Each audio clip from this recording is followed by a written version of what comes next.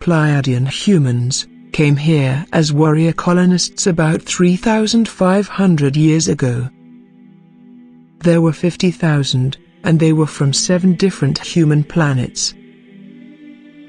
They landed in the region we call Europe, and we think of them as European whites. They evolved as different people with different European languages on 7 different worlds, none of them from Earth. This is where the German, French, Italian, Spanish, Polish, Hungarian and Slav languages came from. All other European languages, including English, have evolved here. They came here to Earth because they and their planets were at war with an invading race called the Reptilians. The Reptilians had invaded 2 human worlds and exterminated the humans there. This was a war of no quarter.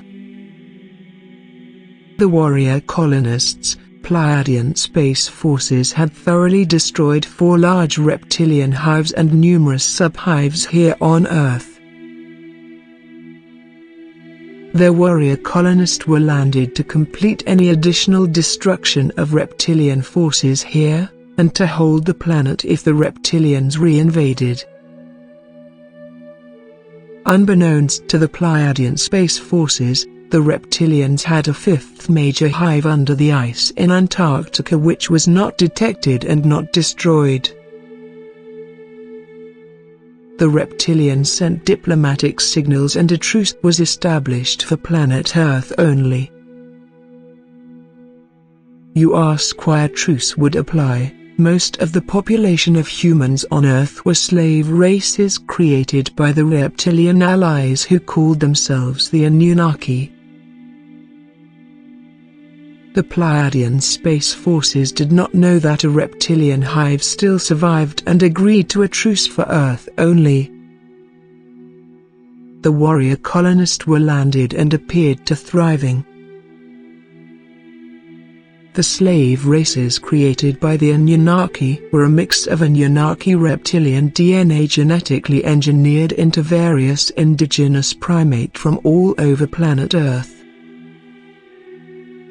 The Anunnaki came to Earth originally to mine gold and diamonds, but only came with about 400 males. They needed slave labor to perform the mining and desired to have women as sexual companions. Many of the primates used to create Homo sapiens did not survive the process and became extinct. This is what happened to the Neanderthals from what we call Europe.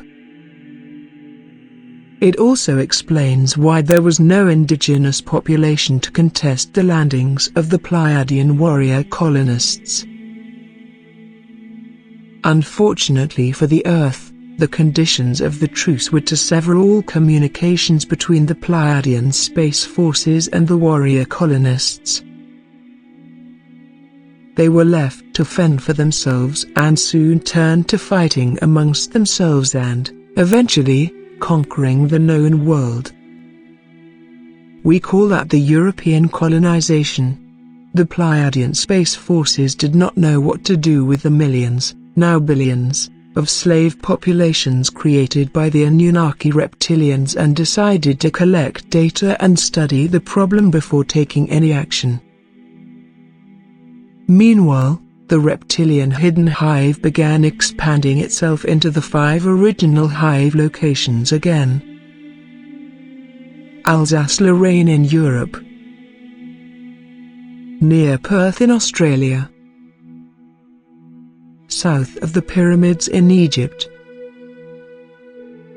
in New Mexico, USA, and Antarctica.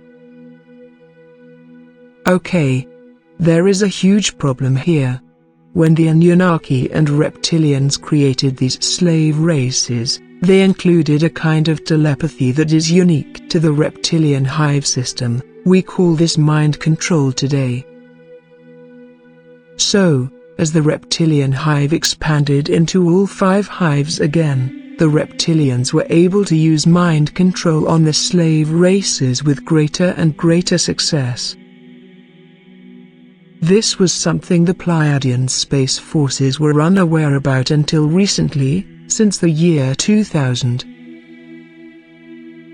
There have been dramatic developments in the wars between Pleiadian humans and the Reptilians and Anunnaki Grey allies. Without going into detail, the Pleiadian humans defeated the Reptilians in several large space engagements and learned how to defeat all Reptilians' forces here on Earth in a stealthy way. They jammed the Hive Queens. Now, we are finally free of the reptilian mind control, or at least the reptilian part of it. I am going to digress a bit. Think of the many wars that have been fought on Earth over the last 300 years. There was the First Worldwide War between France, Holland, Spain and England, which included the American Revolution, lots of fighting in the Caribbean and India.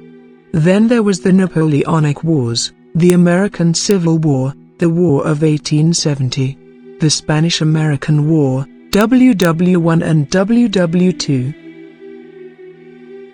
The odd thing is that most of the fighting and blood spilled came from Europeans or European colonists.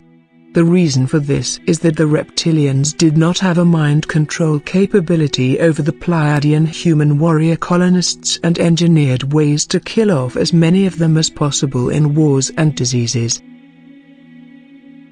Over the past 100 years, or so, Europe and much of the world has experienced a collectivist philosophy and system of governance called socialism or communism or fascism, which was almost responsible to another bloodbath, but WW3 did not happen. This is a direct result of reptilian mind control over our leaders in the Western world. Yep, the reptilians started kidnapping people and putting DNA implants in them. This allowed the Reptilians to exercise nearly total mind control over both the slave race and Pleiadian human leaders. Anyone who was implanted this way was instructed to go into politics, government and finances. Unfortunately, most of our political leaders, everywhere on Earth, are implants who have been doing the work of the hive, big government, big labor and the destruction of freedom. In 2000, when the Pleiadian space forces found out about the extent of the mind control in the slave races, they started landing Pleiadian human men and women here to collect genetic information on the people of Earth. They are amongst us now and look exactly like anyone who is of white European heritage. Their major issue is they cannot allow any reptilian DNA primate hybrids to leave Earth because of the susceptibility to reptilian mind control. It turns out that the Reptilians had a plan to infiltrate Earth humans onto other human planets to assist in the invasion and conquering. Many of us are awaiting the arrival of extraterrestrials. Many of us saw them. They are here amongst us now, and have been protecting us for thousands of years. We live in interesting times. Thing is, the lizards. Okay, lizards been around a long time, like since before ancient Egypt and everything. And the symbol, you know, that eye, the eye of Horus with the squiggly hanging out of it, that has to do with lizards. It's a lizard symbol. It means two things. It's a pro-lizard symbol, and it also means beware, there's lizards here. Okay, there's 3 different kinds of lizards. I'll tell you all about them. They're called vril. The thing is, I'm not sure if it's 1 L or 2 at the end. It's vril, V-R-I-L-L or V-R-I-L. Germans were into them. They had a club with vril things. Anyway, there's like a 1 to 1.5 foot tall one. That's the vril type 1. It's got scales, red scales. There's a type 2 that is not parasitic, but it's still vicious, nasty, carnivorous. They're all carnivorous. And there's a type 3 that's 8 feet tall that has a real long neck and looks like a gray alien, but it comes from deep underground, like I mean like below deep base deep. Like they need a methane oxygen mix to breathe, and deep underground they got sulfur pools, I guess, that make this stuff. Anyway, they come up underneath the domed bases. The government is complicit with them, basically. Now I have to tell you about the parasitic aspect of the lizards and why the Illuminati and the governments use them, okay? I'm saying this in a nutshell because it's very important. I want to get it all out on your show. Nobody's going to say this for fear of clone torture, remote-controlled death, or death by lizards 1,000 times until you die by a heart attack or something. But I figured I have to tell people because, well, they're getting me there anyway. Like, they eased up lately, asking me not to talk about it anymore, but I'm just going to. Well, the lizards have a thing, okay? They have what's called a proboscis. There's lizards out there today that have a proboscis on their face, okay? These things got it in the middle of their head, okay? And on the top of their head, this is the real type 1 and 2. The type 2 have a proboscis sheath that comes out, it sticks out. The type 1s, for instance, it's like a chocolate chip, it looks like, basically the tip of it. Now, at one point in these things' lives, because they have a long lifespan, the lizard species, one point in their life, they can slowly wiggle this thing out, eject it, and it goes into somebody's eyeball, okay, another animal. Now, it wiggles in by the sense of taste. They described this to me so, like, when I was like 18 years old there, and told me about it different times throughout the years of going there. They can bring you there every single night if they want to, and they did bring me there every night. They laughed at me when I said I was going to tell the world about this. They said, nobody's ever going to believe me. You won't put it together in a eloquent way. People will think that technology isn't that advanced yet with cloning because they just clone the sheep, right? No. They've been cloning people a long time this way. Thing is, the lizard, okay, the thing squiggles in through the eye. It does a spiral around the optic nerve all the way to a certain point, and it's driven there by taste. And they said once it gets there, it has the taste of butterscotch, and then it does a feeling like holding your breath and going, pushing outwards. And at the tip of this chocolate chip, it then starts what they call sweating the quill. Now, the spinal cord stuff comes out of the spinal cord, out of the chocolate chip thingy, and it's everything that the lizard is. The lizard's whole body is dead. That little lizard thing is dead, and it can't go back in. Can't get back in. It's one way. Once it excretes this stuff, sweats this quill thing, the person's debilitated for an unknown amount of time. I don't know how long. But when they come back, they have to have some recovery time.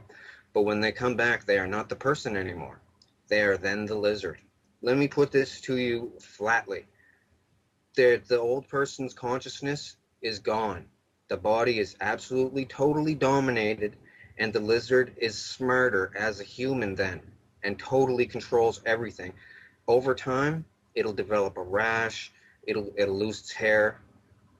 Thing is, these things are all over the place, and they mimic human behavior. In fact, one of their names in the past is Mimic.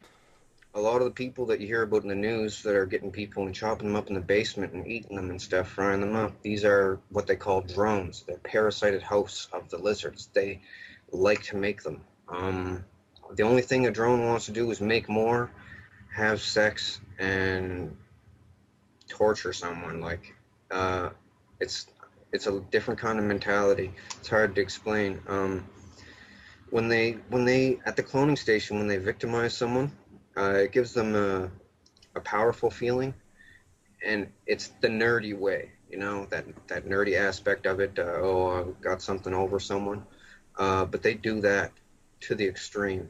Oh, and alien abductions. Let me tell you something. They videotape alien abductions. They set up alien abductions with Hollywood makeup and stuff. Like, not all of them. I can't say all of them. Some of them might be real for all I know. But I've seen the set. It's a really crappy looking saucer. You just walk up a ramp into it. They never see the outside of it. But they clone people, right? And then activate them when they're on the slab strapped down. Now someone goes in with a gray mask and the mask is made of chicken skin, okay? Just to give it that aspect of realism, dyed gray chicken skin, so it'll look real. And does it look real? Stretched over a mask, right? And they have the mask on. They go in at the lizard thing. They just totally take them over. They do it a lot. It used to be, it's a Luciferian thing. They said that these lizards were the sons of Satan or whatever, Lucifer or whatever. They're not though. They're just a species of lizard that survived the extinction of the dinosaurs by being way, way underground. I'll just tell you, I know it sounds retarded. The damn things can talk, okay? But they don't have a tongue. I'll tell you about their mouths. It takes a while. Basically, they have a blood spike, okay? This is what they call a chupacabra, too. They come up from underground different spots all over the world, right? Like worms out of a rotten apple, different spots, and then they infiltrate the society there. But the drones today have erased, well, 100 years ago, erased any existence of these real lizards from like Egyptian carvings on walls. They would smash them, right?